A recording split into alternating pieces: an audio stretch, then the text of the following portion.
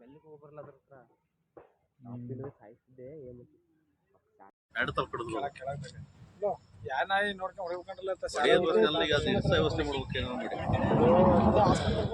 ಬಂದಿತ್ತು ಆಸೆ ಬಂದ್ರಿ ಮಾಸ್ಟರ್ ಬಂದು ಈ ಕಡೆ ಐತಿ ಮತ್ತೆ ಈ ಕಡೆ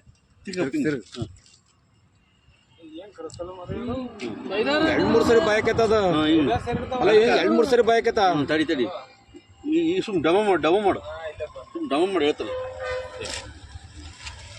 ಮಾಡಿ ಹೇಳ್ತಾರೆ ಸುಮ್ ಡಮ ಮಾಡು ಸುಮ್ ಡಮ ಮಾಡಿ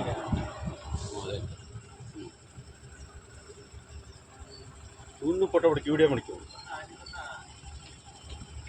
ಒಂದು ವಿಡಿಯೋ ಮಾಡ್ಕೊ ನಾಯಿ ಕಡ್ದವ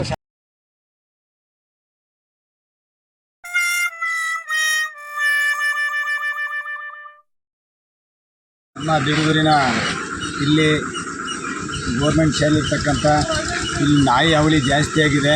ನಮ್ಮ ಗ್ರಾಮ ಪಂಚಾಯತಿಯಿಂದ ನಾವು ಈ ನಾಯಿ ಹಿಡ್ಸೋಕ್ಕೋಸ್ಕರ ಒಂದು ಪ್ರಯತ್ನ ಮಾಡ್ತಾಯಿದ್ದೀವಿ. ಸುಮಾರು 4-5 ಹುಡುಗರಿಗೆ 5-6 ನಾಯಿ ಸೇರಿ ಕಿತ್ತಿದ್ದಾವೆ.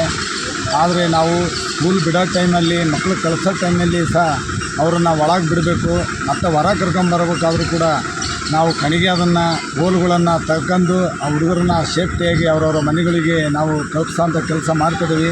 ಆ ಮೂಲಕವಾಗಿ ಈಗ ನಮ್ಮ ಗ್ರಾಮ ಪಂಚಾಯತಿಗೆ ಹೇಳೋದೇನಪ್ಪ ಅಂದರೆ ಆ ನಾಯಿಯನ್ನು ಬಿಡಿಸ್ಲಿಕ್ಕೆ ಸ್ವಲ್ಪ ಒಂದು ಅರ್ಜಿಯನ್ನು ಕೊಟ್ಟಿದ್ದೀವಿ. ಆ ಅರ್ಜಿ ಮೂಲಕವಾಗಿ ಆ ನಾಯಿಗಳನ್ನು ಫಸ್ಟು ತಗೊಂಡೋಗ್ಬೇಕಂತ ಮನವಿ ಮಾಡ್ತಿದ್ದೀವಿ. ಈ ಬಿಡುಗೂರಿನಲ್ಲಿ ನಾಯಿ ಅವಳಿ ಜಾಸ್ತಿ ಆಗಿದೆ ಅಂತೇಳಿ ನಾನು ಕೇಳೋಕ್ಕೆ ಇಷ್ಟಪಡ್ತೀನಿ. ಸರ್ಕಾರಿ ಶಾಲೆ SMC ಅಧ್ಯಕ್ಷ ನಾನು ಮಲೇಶಿ ಅಂತ. ನಾಯಿ ಅವಳಿ ಜಾಸ್ತಿ ಆಗಿಬಿಟ್ಟಿದೆ. ನಿನ್ನೆ ದಿವಸ ಒಂದು ಹುಡುಗಿಗೆ 2ರಿಂದ ನಾಯಿ 3 ಸೇರ್ಕೊಂಡು ಒಬ್ಬನಿಗೆ ಹಿಡಿದು ಕಿತ್ತಿದೆ. ಹಾಗಾಗಿ ಗ್ರಾಮ ಪಂಚಾಯತಿಗೆ ಮನವಿ ಮಾಡಿ ಬಂದಿದ್ದೇವೆ. ದಯವಿಟ್ಟು ಗ್ರಾಮ ಪಂಚಾಯತಿಯವರು ಈ ಮನವಿಯನ್ನು ಸ್ವೀಕರಿಸಿ ಜಲ್ದಿ ಕೈಗೊಳ್ಳೋ ಕ್ರಮವನ್ನು ಕೊಳ್ಳಬೇಕು.